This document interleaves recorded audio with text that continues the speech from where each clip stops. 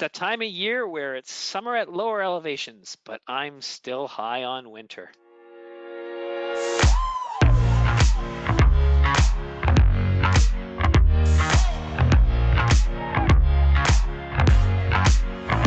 Hold up.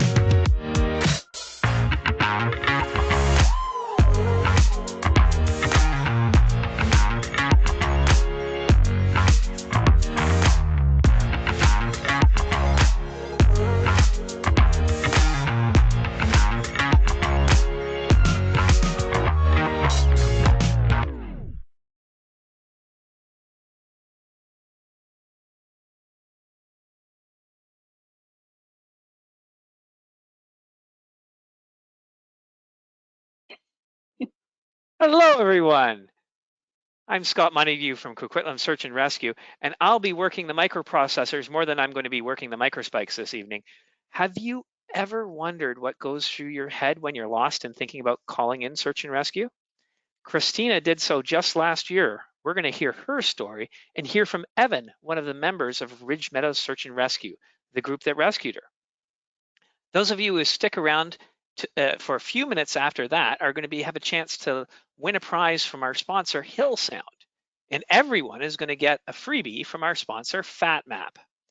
Your cameras and mics are off for the session, but we still want to hear your comments and questions. You're going to find a question area on your screen. Use it to post anything you want to tell us, or ask a question, and we'll either answer online or in the Q&A part of our presentation. Let's get our fingers warmed up a little bit here.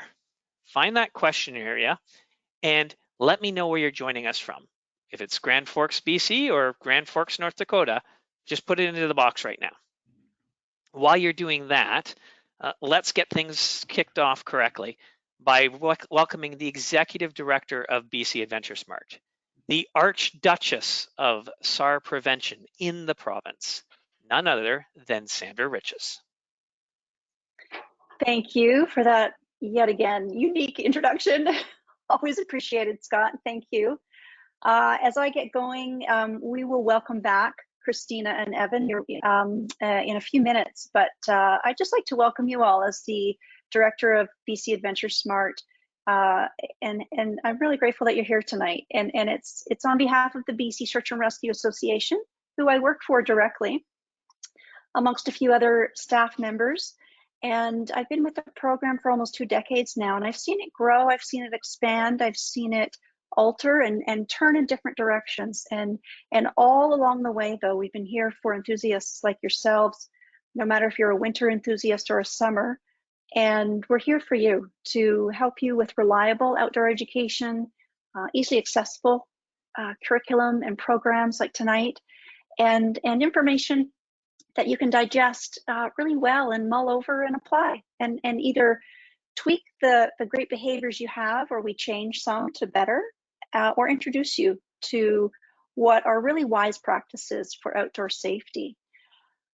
As I continue here with my intro, Christina, if you don't mind pulling up the slide deck, and then I can speak to the first few slides. We do have Christina, a lost hiker, who's graciously going to share her story, and Evan from Ridge Meadows Search and Rescue, who can add that insight.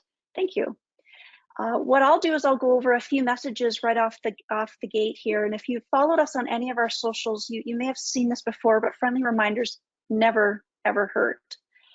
And as an enthusiast myself who loves to ski, and my true love really is my mountain bike. I love to mountain bike as much as I can. I love to spend time outdoors too, so I can relate to these and apply them personally as well.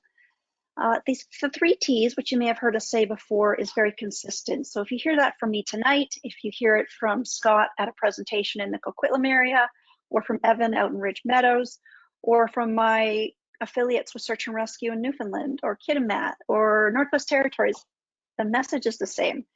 The AdventureSmart program started here in British Columbia with this message, with the foundation of how do we help educate enthusiasts so that we can reduce the number and severity of search and rescue calls.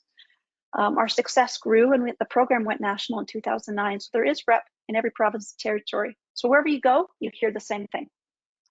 We apply British Columbia's search and rescue statistics to our outdoor education, and we really use that to create projects for you. So trip planning is critical. Always let someone know where you're going, what you're doing, when you're doing it, and leave all that information with a trusted emergency contact for your party, for the group of you. And we have an app for that I can lead you to shortly. But taking that time to pre-plan and spending time with us tonight is that. So kudos to you for that. But the more detail, the better.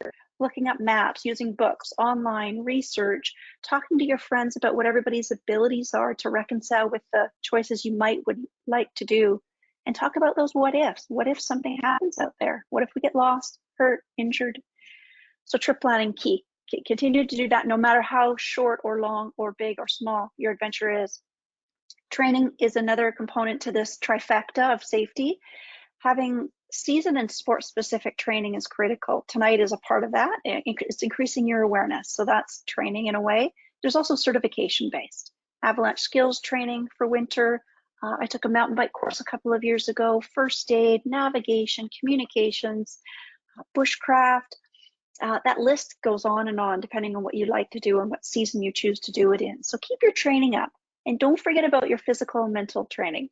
I think that's a big one too. We can exceed our abilities, which is one of the top 3 reasons for search and rescue in BC, by not being fit enough for certain activities. And our mental strength can also get us through that extra push, or block us maybe from not fulfilling the goals of the day. And don't forget to take those essentials with you. The list can be found on the BC Search and Rescue Association's website and at AdventureSmart under 3 Ts. And don't forget the extra season and sport specific gear. Now I need these to go with me. That's something for me. I need my favorite trail mix, obviously for winter, avalanche transceiver, shovel probe, whatever might be specific for you season and sport wise. Next. You can take your phone, if you've got it with you, and go to the camera and scan over the QR. That will take you straight to our Trip Plan app. It's free of charge to anyone in Canada. And if you're not sure, even after my description, what do I do for planning a trip?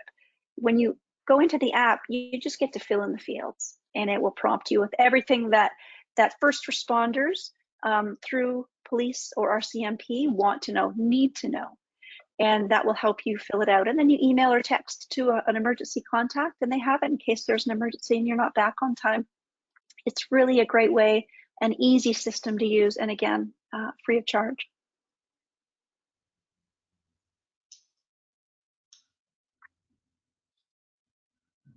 Next, please.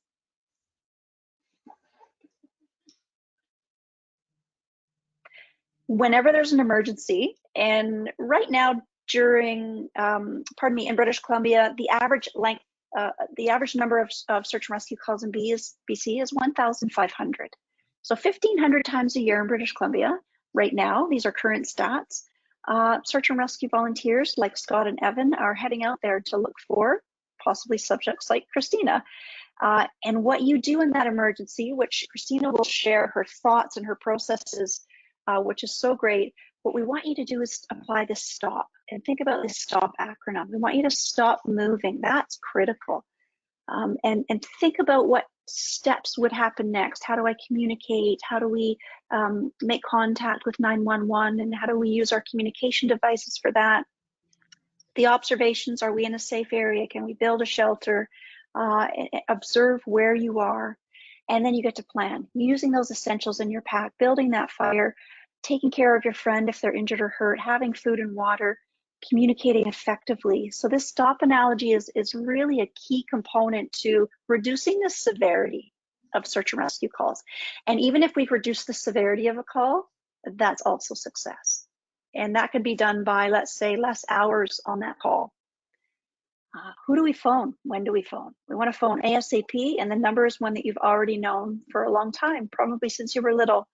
You're calling 911, and the reason for that is it needs to go to that agency through the dispatch of 911, and you're going to let them know that you want police.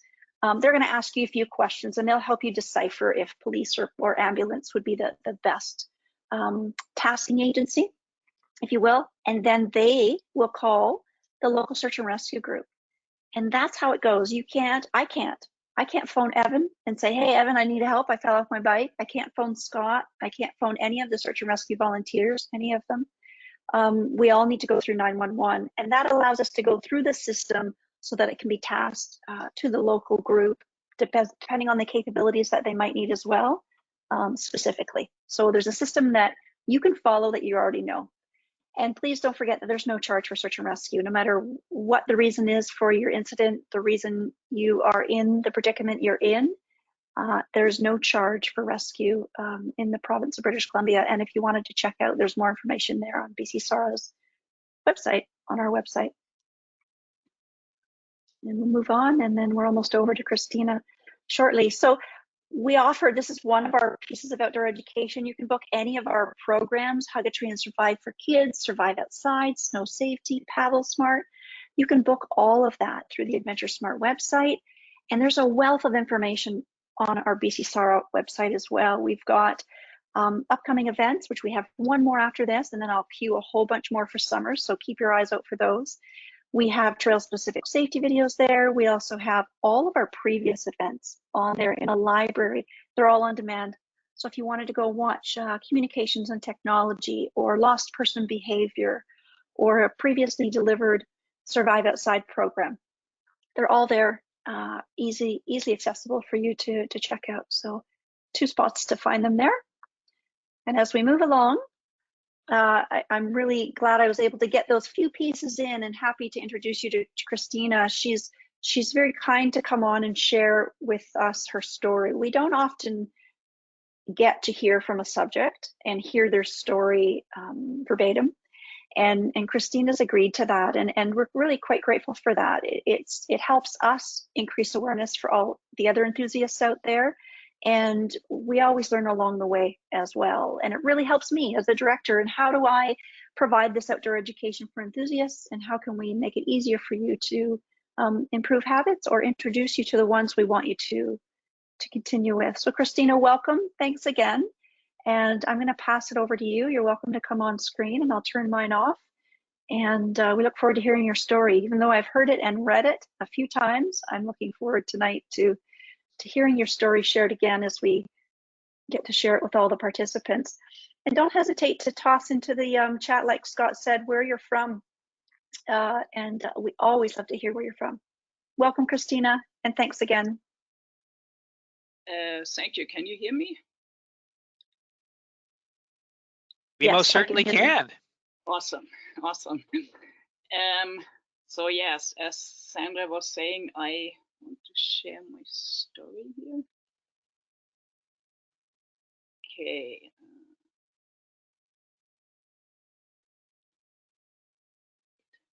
Okay, so the reason I'm talking to everybody today is that I got myself lost on a hike to Golden Ears. And before I want to do anything else, I want to thank Search and Rescue for the obvious one, for getting me out of there. But I also want to thank AdventureSmart for putting on events like that, because if it hadn't been for that, I wouldn't have known whom to call. I wouldn't have known that I need to call 911. And I also wouldn't have known when to call. So this kind of information, those sessions that you are doing for the public, and all the other information on social media and stuff like that, it really makes a difference. And in my case, it probably made the difference between a very fast rescue and maybe a complete disaster. So I really, really am very grateful for all the stuff that you guys are doing, besides actually flying in and rescuing people. Okay, so how did I get here in the first place anyway? So as I said, I was hiking up Golden Ears and finally made it on my fourth attempt to get up all the way. And so I was up there around 3:30, spent some time there, and then decided, okay, now I really have to go back. And I discovered very quickly that it was a lot harder than I thought to find the way back. And the first time around, I noticed that I had made a mistake and I backtracked. I found the trail again, but the second time I wasn't so lucky. So I was getting myself farther and farther into this gully here that you can see. This wonderful error. And so at one point, it looked like really helpless. And then I took my binoculars and I spotted a group of trees. And I thought, well, there are trees. So I must be able to get down there, right? Yeah, this was way overly optimistic because it turned out those trees were growing on something almost vertical. And yeah, so I tried to hold on to the trees. Didn't quite work. I lost my footing twice and fell down I don't know how many meters. It was scary as hell, but somehow I made it. And I'm still like absolutely amazed that I didn't really hurt myself seriously there. But that obviously gave me certainty, A, that I really was lost, really off the trail, and B, that I couldn't get back to the trail. So I regrouped a little bit, and then I decided the best thing to do is calling 911. And if I would have to rate what happened afterwards on a scale of 0 to 10, like from my perspective, it was maybe a 12 or a 15. It was absolutely amazing. So when I called 911, the operator picked up at the second ring, put me then through to police. I had forgotten I needed to call police, but she knew. The officer was very calming and asked me all the right questions. And then he told me that search and rescue would call me back. And so that took no longer than a few minutes. And then I was talking to a really, really nice guy from Search and Rescue. Unfortunately, I forgot his name. And he was incredibly cheerful. So cheerful that at one point he almost was apologetic about it and said, I'm not laughing at you, I'm laughing with you. And I have to say that was really, really important to talk to somebody who had this kind of can-do attitude. When you felt like you really had done something wrong and not quite sure if you would get out of there, it was just amazing.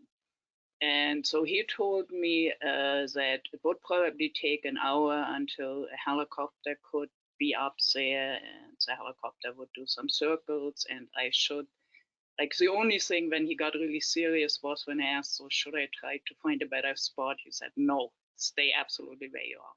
And that's what I did. And it's hard really to tell how much time was passing, but I think it was no longer than half an hour and I saw a helicopter. And that turned out was actually like, it's in that one picture here, but that wasn't really search and rescue. That was actually this wonderful helicopter. Police was up there and they told me they had actually been on that call and were able to almost immediately go and search for me. And so they fortunately found a spot of, as you can see, ice and snow in August to land. And then one of them got up to me, and even though I had at that time already 3 times assured people that I wasn't injured, he really made sure that I wasn't, and guided me down to the helicopter, and then we had a conversation, are you okay, and all this kind of stuff. And then they waited there with me. They made sure that I wasn't alone and getting desperate or anything until search and rescue showed up. And obviously then for them, it was a pretty easy flying in, picking me up, and getting me down to their, I think it's their headquarters there. So anyway, but even though they already knew that I was not injured and in good shape and everything, they brought up the whole team. So they took that very seriously. And as I said, I'm incredibly grateful. All right. So what have I learned from that and what might be actually useful for others? So obviously, when you're out hiking, you may find yourself in a situation where you are not quite sure yet. Am I lost? Well, maybe the trail doesn't look like a trail anymore and things have gotten rather strange, but maybe the next trail marker shows up just kind of around the corner. So at the beginning, you definitely will be in this kind of denial.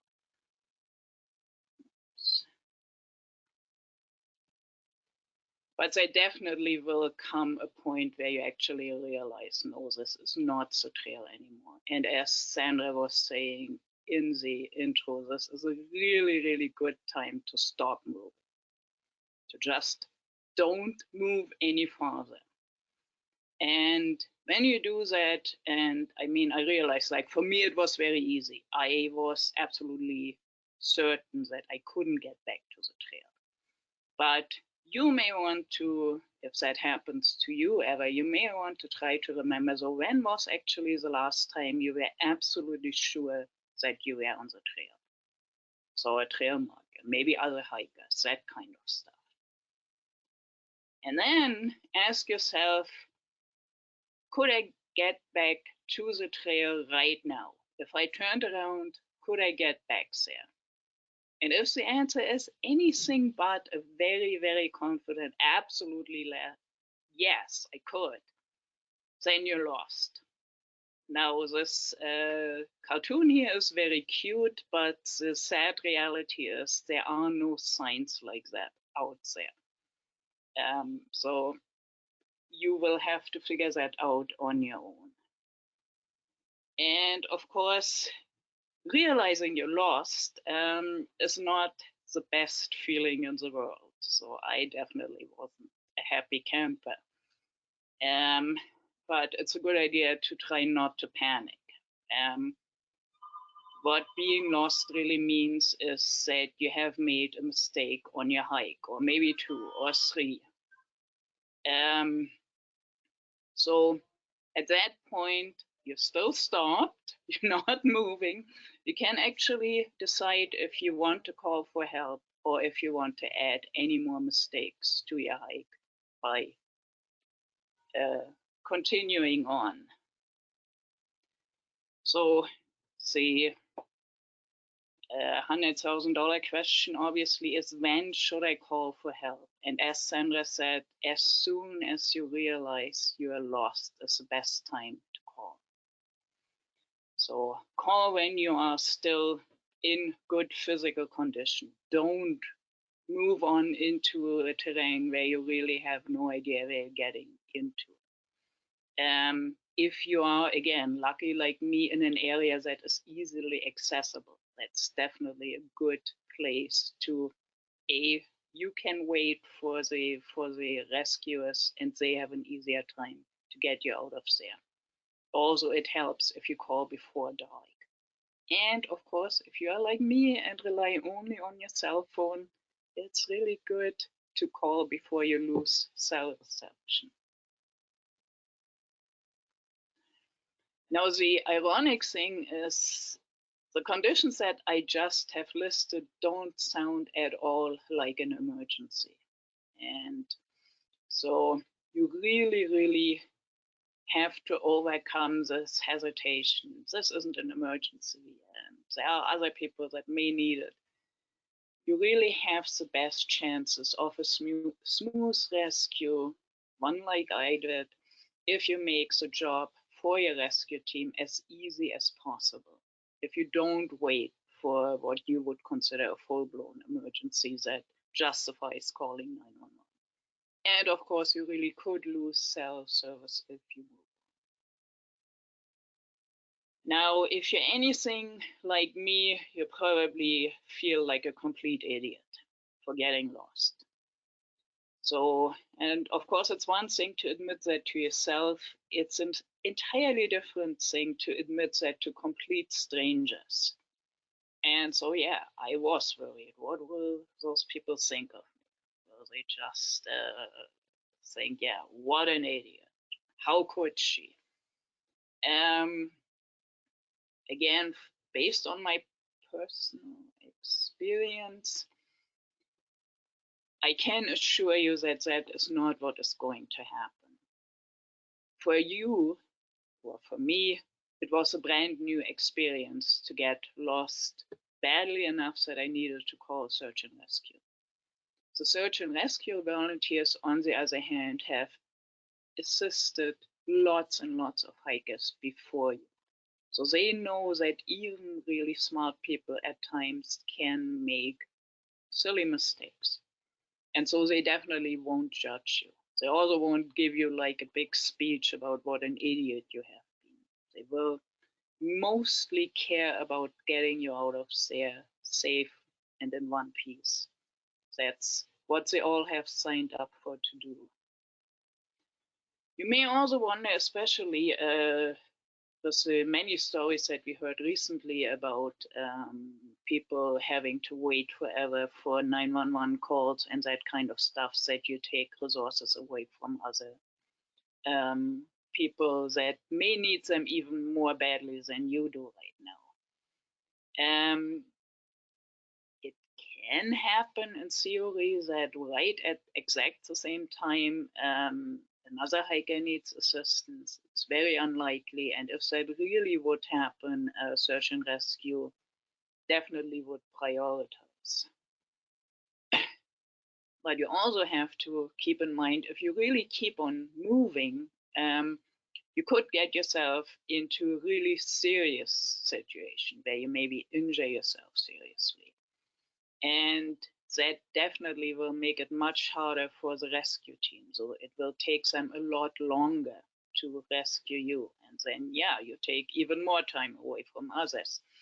And if in the process you injure yourself so badly that you need to be treated in a hospital, then obviously you take up even more scarce resources. That's not really a good excuse for not calling.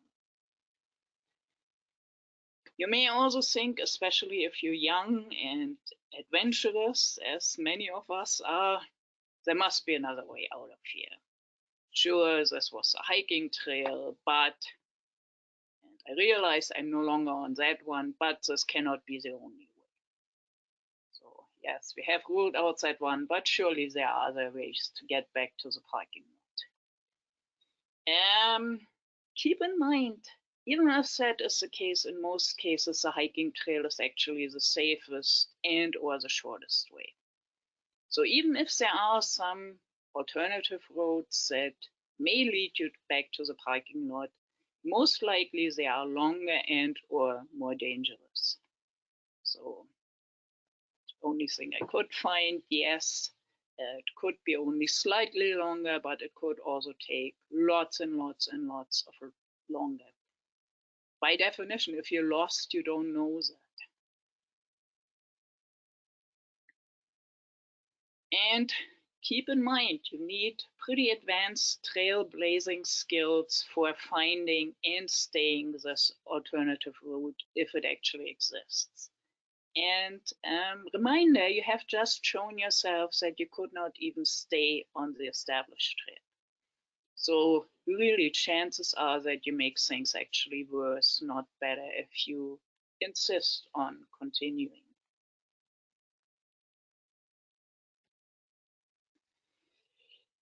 You may still not be convinced. Good thing I teach philosophy. So in the last couple of slides, I will share Pascal's wager with you. This is a tool that you can use to calculate outcomes and probabilities. So essentially what you do is you think about the two options that you have. Either you call for help or you don't call for help.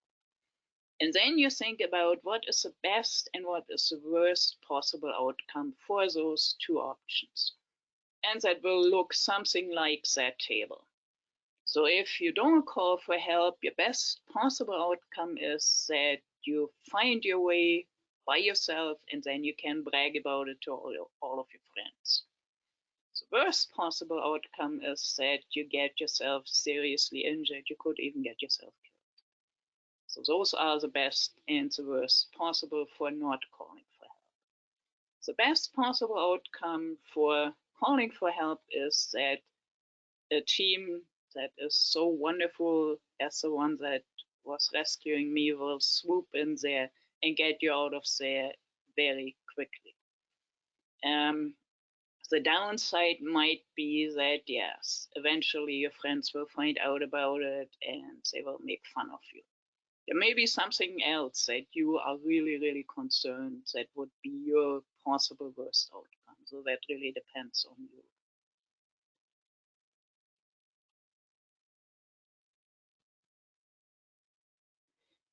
Before you are all enthusiastic and say, oh yeah, I go for the best possible outcome, which is not calling for help, finding my way back all by myself, you have to think about the likelihood of that outcome.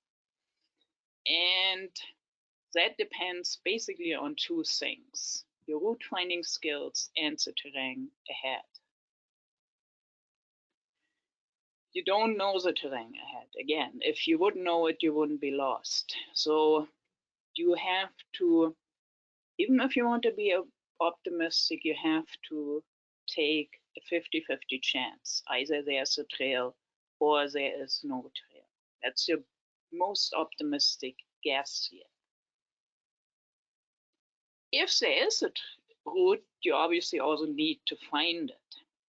And you have just gotten yourself lost. So your route finding skills, realistically speaking, probably are not more than 60%.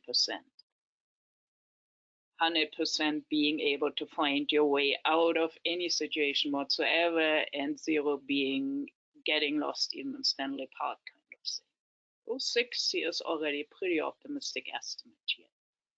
So very optimistically speaking, you have a 30% chance making it out there on your own. So that would be your best possible outcome. The other good outcome would be if you call early, the likelihood of competent and really caring people getting you back to safety is extremely high. Somebody can correct me later, but I would say probably very close to 100%.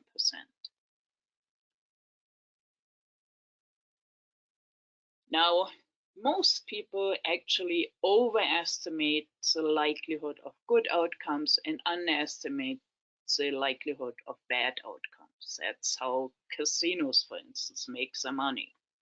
The genius of Pascal's wager actually is that it forces us to compare the bad outcomes and then consider if we could live with the worst possible outcome.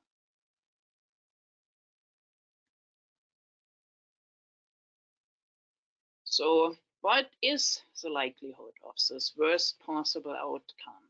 Well, we had already determined that actually making it out on your own is well below chance level. So that obviously makes it the case that not being able to find your way out of there is well above chance level. So there's a very high likelihood that either you have to call for help later or that you get seriously injured, maybe even kill yourself. So there was that other outcome that you really didn't like. Embarrassment. Maybe you have the kind of friends that will tease you. But if they're really your friends, they're probably way more happy that you actually got out of there safely than really being nasty. So, but even if that is not the case, even if for whatever reason it turns out that your friends are nasty about it, is that really worth trying to get yourself killed just that you can walk out of there? Probably not. So the smartest choice that you can make really is call 911 the moment you realize that you are lost. Okay, thank you. That was all I have to say.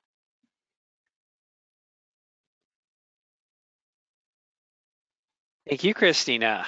I'd like to invite Evan up now. Evan is from the Ridge Meadows Search and Rescue team, and he's a part of the team who actually was in the people who went and grabbed Christina off the mountain. Evan, what did you think?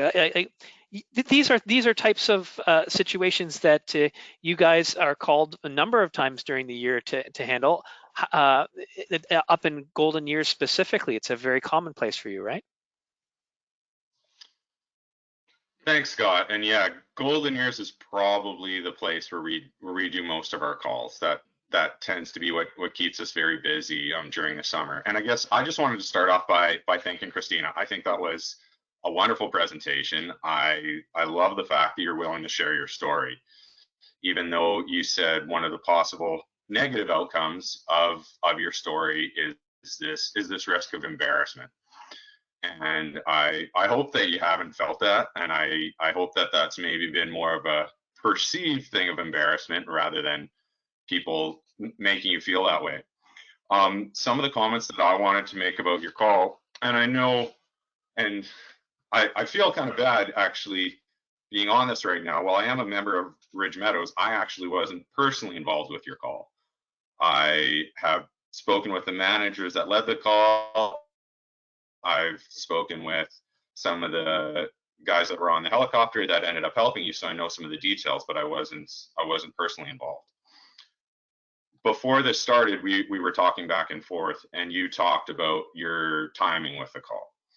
And my opinion is that at the time that you were lost, you made every decision the exact way I would like it to be made. You calling as early as you did gave us the best chance of helping you. With the call that you made, you were in cell reception. I believe that was Rick that you were talking to, and Rick cued you to stay in a place that wasn't cell reception. You were able to provide us with your GPS coordinates. So again, staying there is going to be very important. The timing is incredibly important. We in BC, we have daylight for very long in the summer, but especially when we get into the fall and into the winter, we run into issues that we can run into challenges with daylight when we're trying to be involved in this rescue. So giving us lots of time to come up there, giving us that additional resource of being able to use a helicopter to access you. And the fact that you didn't continue to push yourself and sustain an injury. So the way I see this, if you want to go with your worst case scenario, if the call continues, you say, no, I'm going to push on. I think I can get further. You already shared that you had fallen twice. If the third fall means an ankle fracture, means getting out of cell reception, means being after dark, all of those things make the call significantly more complicated and more involved, more time consuming, more resource consuming. There has been a call that our team did years before I actually joined that we actually had a stretcher carry from Panorama Ridge. And if you're familiar with Panorama Ridge, it's very high up the hike. And it was like a 15 or 16 hour stretcher carry because it was somebody, the weather was poor. We could not use a helicopter for that call. And the person had a broken leg, broken ankle. I can't remember the specific details. So they were unable to get themselves out. So the time and resources that would have been committed to that call is where your call could have potentially gone. So I commend you for making that decision to make that call. And I feel like you did everything right. We call ourselves search and rescue, and the truth is you almost eliminated the search thing because we got everything we needed from you. We had your GPS coordinates, you were in a great location.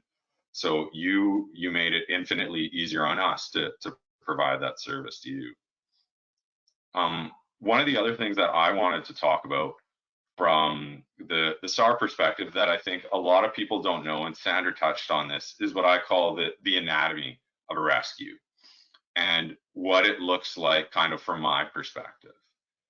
And a lot of times, and I've had this before when we're involved with calls, that people will say, why do I need to talk to the police? Or why are the police involved? Why are they here? And people think they're guilty and that they did something wrong. And oh my God, I need to talk to the cops. Am I in trouble? And the answer is no, you're not in trouble. And how it works in BC, like Sandra said, is you are to call 911 exactly like you did. And then BC Emergency Services triages that and determines who they feel needs to be involved. And like, you can't call us directly, you can't call the base. The odds of somebody being at the base and answering the phone are so low. And believe it or not, we have had that happen before when someone happened to be there and they said, okay, I'm going to hang up right now, call 911. We'll kind of get stuff started on our end, but this is the way the process is supposed to play out. And then what happens is we can get activated by BC Emergency Services. So we can get activated by police, we can be activated by fire, we can be activated by ambulance, or the fourth one is we can be activated by the coroner. So then what happens is they're technically running the call. So when your call happened, the dispatcher that you talked with realized that the police need to be involved. They activated the police, then they brought us in. And that is why you'll always see an RCMP member involved in any of the calls that we're at. So they will always be in your car, in their car, or they'll be in our office, and they are a resource to us as well. And they initiate us, and then they also close things at the end. So in your story, you talked about a debrief, and that would be them kind of bookending the end of the rescue, saying, okay, everything's fine. And I think I've been involved in calls where people feel maybe a bit intimidated about having to talk to the RCMP at the end. And it's just about bookending and closing that file. It's not about laying blame or anything like that. It's just how it's managed in BC. Some of the other stuff that I wanted to talk about is I just want to say again that I really loved your presentation. I thought it was great.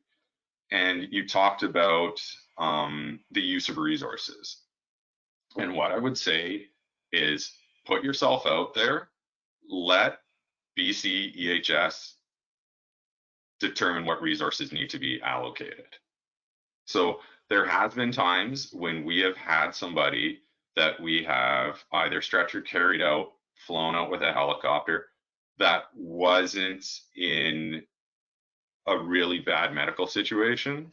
So what's happened in that case is we have had to wait for an ambulance before when somebody was okay but still needed to go to hospital. So I don't feel like they were pulled from anywhere else in our case, Maple Ridge. That didn't negatively impact the service that anyone was receiving in the city. And they triage your injury just like they would triage any of the injuries. It just happened to be your location was in the park. So I wouldn't be concerned or worry about those resources. I think one of the other things that you kept bringing up in your presentation, and I want to give people some credit for as well, is talking about getting lost, and then, well, if you're lost, your route finding probably wasn't that good. And what I would say is it can happen to everybody. We can all get turned around. We can get off the trail. It isn't about poking. It isn't about saying you made a mistake. It's part of the challenge, and it's part of what we enjoy. We want to challenge ourselves when we go out there, and part of us challenging ourselves is that route finding, and we make mistakes, and hopefully we can rectify those and deal with those and recover from those. Hopefully it doesn't come to the point that someone requires search and rescue, but if you do, we're there for you. And I hope you didn't feel any blame from anyone on our end, anyone that was involved with the call. I think before I've had people say that they felt like media or even comments on media can be challenging to read. And I know there's been times that I've read some on our page, because we usually post when we're involved in a call. And I think some of the pictures that you used were from that call. And sometimes there's comments that people make, and I wish they weren't made, but they are. And I think that can sometimes contribute to that embarrassment, and I wish that wasn't the case. Some of the other things that I wanted to talk about is, for those of you that are on here, I'm not monitoring the chat. I'm leaving that to Scott. So I don't know where everybody's saying they are, but one of the comments that I did want to make with AdventureSmart is they actually do have a trail specific safety video about the Golden Ears Trail. It's a trail that's becoming more and more popular. And just because it's getting more and more popular doesn't mean it's an easy trail. It's a challenging one. It contributes to calls for us, but we still love to see people doing it. I love driving into the park on a busy weekend and seeing all the people and enjoying the stuff that I enjoy. So that's my comment. I'm trying to think if there are any other points that I wanted to make. Sandra did a wonderful job of introducing search and rescue. Yeah, I don't, that's kind of my piece. I'm not too sure if you guys have got any questions for me. Yeah, absolutely. First of all, I'm just finishing the rest of the thing. I'll put the link to that those videos. There are actually 11 of the highest call volume trails in BC, and so we've actually built, like, I think some of them are 7 to 10 minutes, I think, video where you walk through all of the different parts of the video of the trail, where you make your decision points, what you should expect, what you need to bring. They're awesome. Love those videos. It's an absolutely superb one. I wanted to mention there's a whole bunch of people in the question box just absolutely applauding Christina and saying, A, right call, but also B, very good of you to come out and talk about the right call, because there's a lot of people who won't do that. And I have a person here saying is very courageous. Kelvin said he admires you for stepping forward and sharing your experience. One of the questions I wanted to pass to Evan was along the lines of, we were talking about that this was a very fast call, right? It didn't take very long from beginning until she was off the mountain. Last week, we had a SAR member on here who says he knows 3 things for sure the longer you go. One is it's going to get darker, it's going to get colder, and it's going to get wetter, right? What do you find? Do people generally call you in the middle afternoon and you get people off, or do you find in Ridge Meadows that you're generally getting called like just as the sun sets? And what are the challenges that come with the nature of when people tend to call you? I think that's a great question. And yeah, we don't get the middle afternoon calls, is the truth. My wife knows when my phone rings at 8 p.m. on a Sunday night, I don't even need to answer. It's probably a SAR call. And then we run into additional challenges because the sun's coming down and it takes us a while. So the timeline that Christina was provided with, I think you said in your thing that Rick told you would be about 60 to 90 minutes. So when we talk about that call and the police activate us, so you call 911, 911 activates the police. They then call our manager's pager, get a manager to take the call. They figure out whether or not it's an appropriate SAR call. They start a plan. Then they activate us. And then we've got to come from wherever we are. We've got to pick up our resources. I'm one of the members that's actually quite close to the base. So then I usually say, I've got all my stuff packed, throw it in my car, go to the base, grab a truck. So it takes a significant period of time for us to get there. So even if you're looking saying, oh, I think I've still got a little bit more time before the sun goes down, and even we use Talon helicopters, I believe, on your rescue, they actually come from Richmond. So then the managers would need to make a call to activate Talon, so they still need an hour and a half to get to you, and then they need to factor into their time that they need to get back home. So it gets late and consistently more challenging very fast. I love asking Sandra questions about statistics because she sits there and one of the things she does is crunch numbers. How long would people expect to be waiting for SAR, and how long until the task is over for a typical SAR call, Sandra? Yeah, it is a good question. Thanks, Scott, and thanks, Evan, for those insights too. The average call right now is 6 hours. We know, Scott knows if it rings evening Sunday, it's pretty much bankable what the call is for. If he's being text or paged there, and often those calls to all the groups come in close to sunset or thereafter. People have gone out for the day, they've played, they've had fun, they've gotten tired, something's happened. More than not, right? And then so imagine put yourself in that subject's position, put yourself in Christina's shoes, and think about that as you're planning your outing.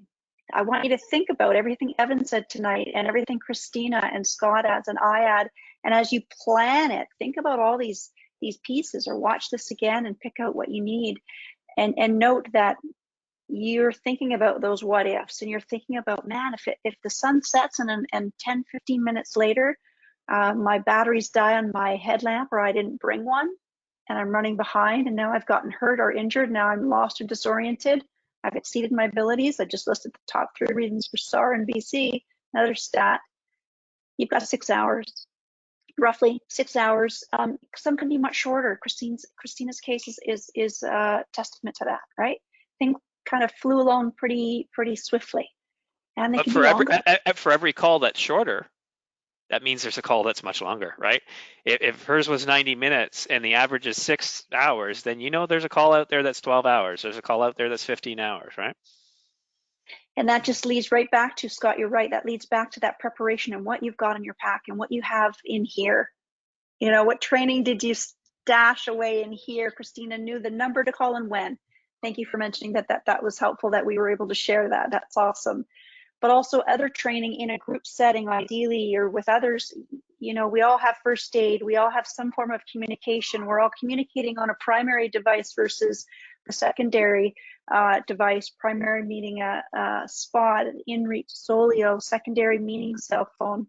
I've got a poll. I was just going to say, you're reading my mind, because I remembered them. I made a little note for myself. So as we talk here, let's ask a question to our audience and see what we can pick your brain on. So what's your primary communication device for what you use, that you would use not in cell coverage? So we briefly just talked about a few things. So you've got satellite text messaging. Those are Garmin's, inReaches, Zolios, and Spots. Personal locator beacons, sat phone, satellite phone. iPhone 14, that does have the Apple SOS crash detection feature, satellite feature, or you don't have a primary means of communication. We pretty much all have one of these that we take with us, and that's fine. Really consider that, please consider that as your secondary means. But what would you use if you didn't have cell coverage? And we're just curious to see what the group here, okay.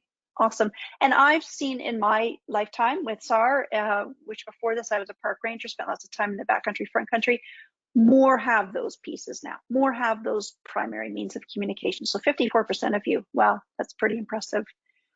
So it's just a good little tip to remember that, we know they're investments, but we're all taking that time to get set up for success. So back to Scott's point, average call length is 6 hours. Your means of communication is through the primary means of communication devices that we just shared with you.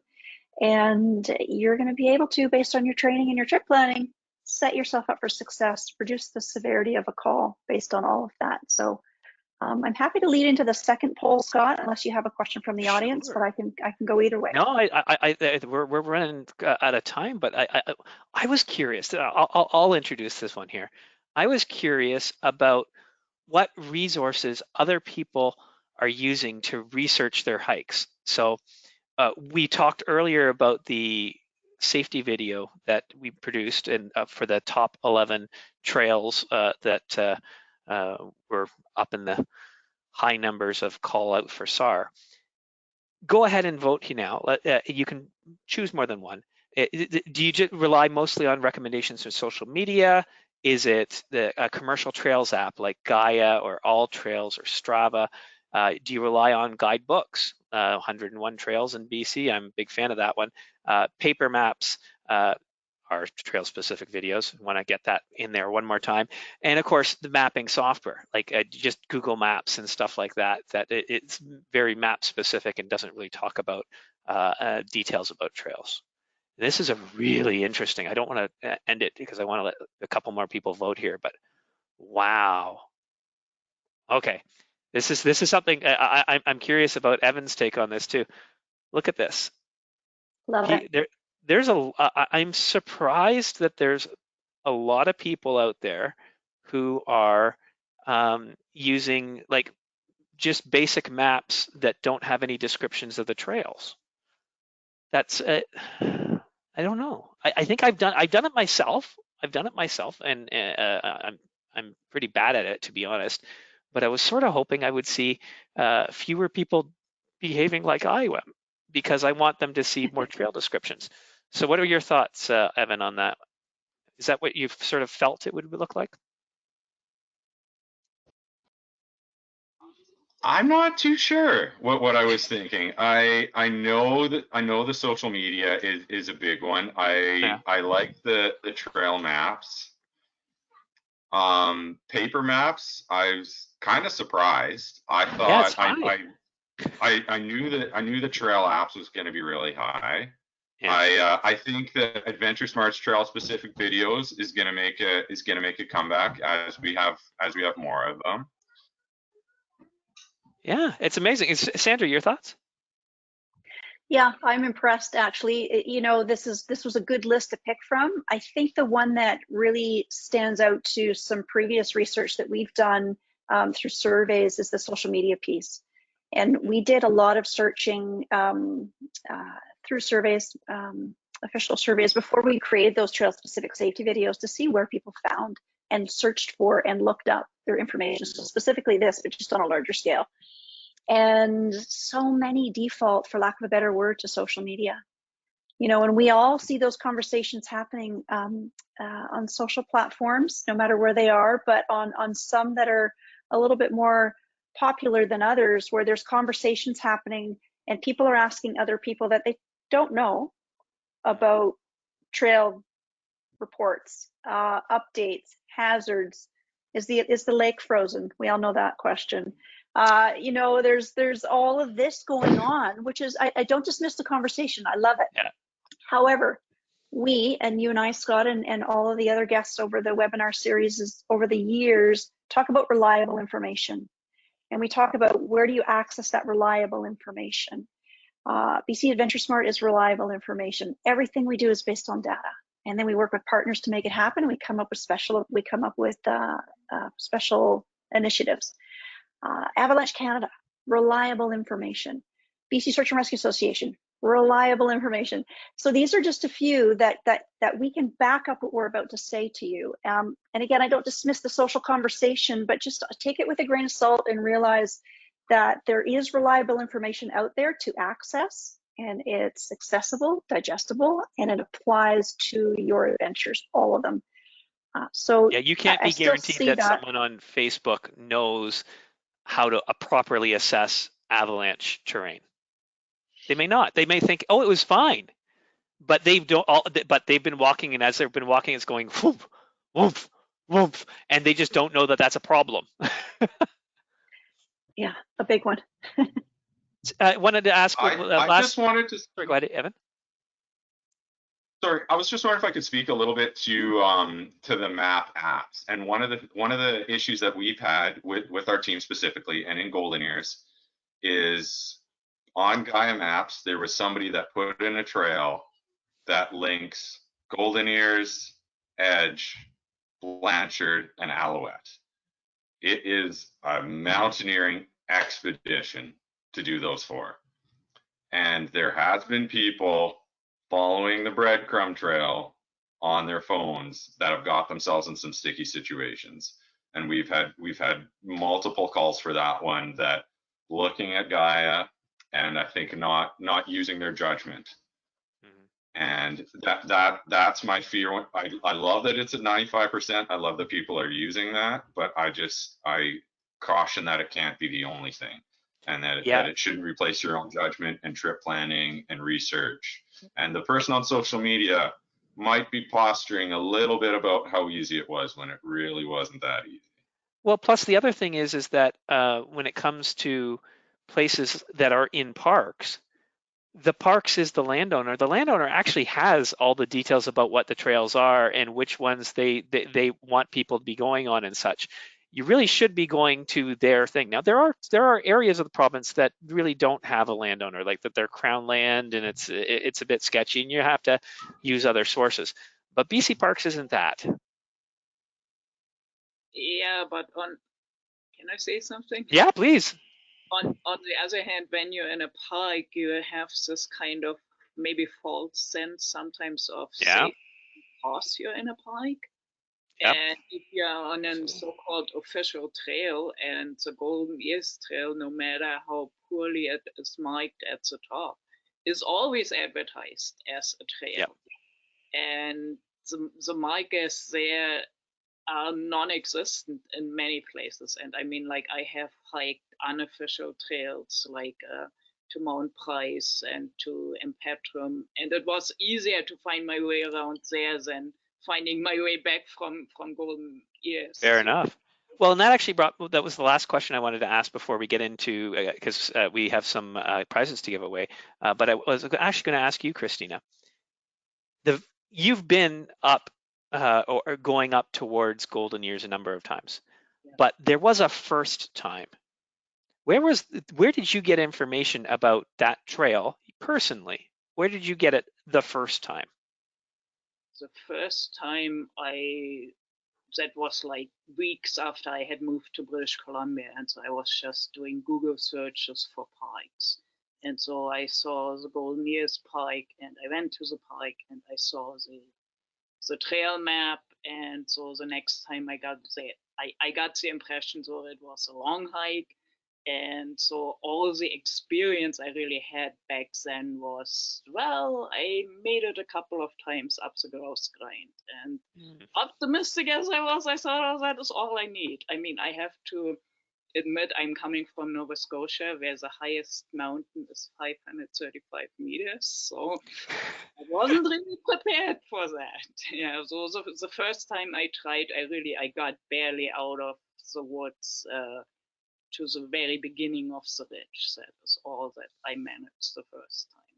And yeah, then and it's really easy to make the mistake of not starting right at the gate open, which is what you need to for that particular hike if you want to get back on that same day, really. And it has to be on the longer days of the year. Yeah. You can't be doing that in the short days. And thank you very much. Sorry. just one last thing about like losing daylight. It's not just that you're losing daylight. Like I was when I needed to be rescued.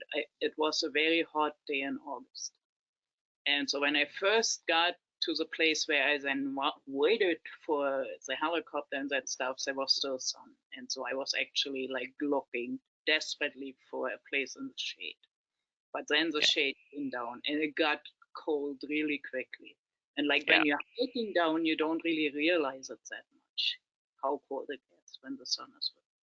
Well, that's the thing. When you're actually physically hiking, you are exerting yourself and you're keeping yourself warm. When you stop, waiting for rescues, and it gets really cold, and that is also something that I wasn't quite prepared for, to be honest. Absolutely. And I didn't have to wait that long. Yeah, fortunately. I hope if I'm ever rescued, it goes that fast myself. Sandra, I think we have a couple things that we wanted to give away, did we not? We do, and we've come to the close of our session, but we'll just take a couple more minutes, and we appreciate you hanging on here. It's been good conversation, and it's been really insightful. So everyone who's joined us tonight will receive a 1 month free trial from FatMap. It's a great little introduction for you. If you've never tried it and used it, you might just fall in love with it immediately. But it's an opportunity to check out another tool and see how it could work for you. I know when we've done this, we've been able to offer this to every one of our participants all through our winter series, which we have one more to go with, by the way, after today. But we do also have a giveaway. So everyone who's here tonight does get the fat map, and one lucky winner will receive a pair of trail crampons from Hill Sound. These are awesome. I've got a pair. I've got a couple pair, by the way. Easy to put on, durable, so strong. I love them. I prefer them to snowshoes, but snowshoes are great for real deep. This is perfect for that hard pack when you want that traction. Easy to pack. They come with a great little pack sack that keeps them not from jabbing anything else in your pack, and they're good to go. So everyone, get your fingers ready, and the first person to type as quickly as possible that Scott recognizes the correct answer to this question. It's something that I mentioned a few times tonight, something that I've said. I actually talked about the top 3 reasons for search and rescue in British Columbia. And the first person to let Scott know what those top 3 reasons are wins those trail crampons. A more difficult question than in previous days. Wow. It is. But I really want people to think about those. I really do. And if it doesn't happen, I always have other questions. So if we've got one already. 2 correct, and a number of 3. Sure. 3 correct so far, and we have a number of other interesting options. Darkness was one of the ones that people came up, and that is certainly a compounding factor. I don't generally, darkness itself isn't the reason that you call, because it gets dark every night, and I don't call a SAR every night. But I just generally find it dark every night. I don't know, maybe I should leave my lights on. But those aren't the top 3. The top 3 that we were looking for, I believe, were injury, becoming lost or disoriented, and exceeding one's abilities. And that sounds downright. That's Terry. You know what? We're going to be sending something to you shortly. I'm going to send you a quick check just to make sure I have your right email, Terry. And if it is, then Bob's your uncle. Nice. Thanks for playing our little game there. We like to do that. If anyone's interested in our very last webinar of this winter series, it's happening on March 21st. We have the very famous, if you pay attention to outdoor recreation and great adventures, Will Gadd joining us as our finale of this Will's winter series, and that will be a fun one. He's going to share some of his personal adventures and insights, and it's really going to be a great one to tune into. And it's been a wonderful season with everyone. Thank you, Christina, for sharing. I really appreciate it. It's been a pleasure, and we appreciate your patience with us and getting going with all of this and getting here. Evan, thanks for stepping up as that SAR volunteer who could speak to what it's like to be a member. I know Scott adds a lot over the webinars, but we really appreciate having you join us tonight, and everything that Ridge Meadows does for your community. That's on response and prevention. Because I know I've trained them. You have a few people out there that are AdventureSmart educators as well. And Scott, last but not least, always a pleasure. Thanks to all of our guests. We really appreciate it. So on behalf of the BC Search and Rescue Association, the 78 groups, the 3,400 volunteers, we thank you for taking the time to get informed. And this will help reduce the number and severity of search and rescue calls in the province of BC. Enjoy the rest of your winter and have a great summer. Take care. Good night, everyone.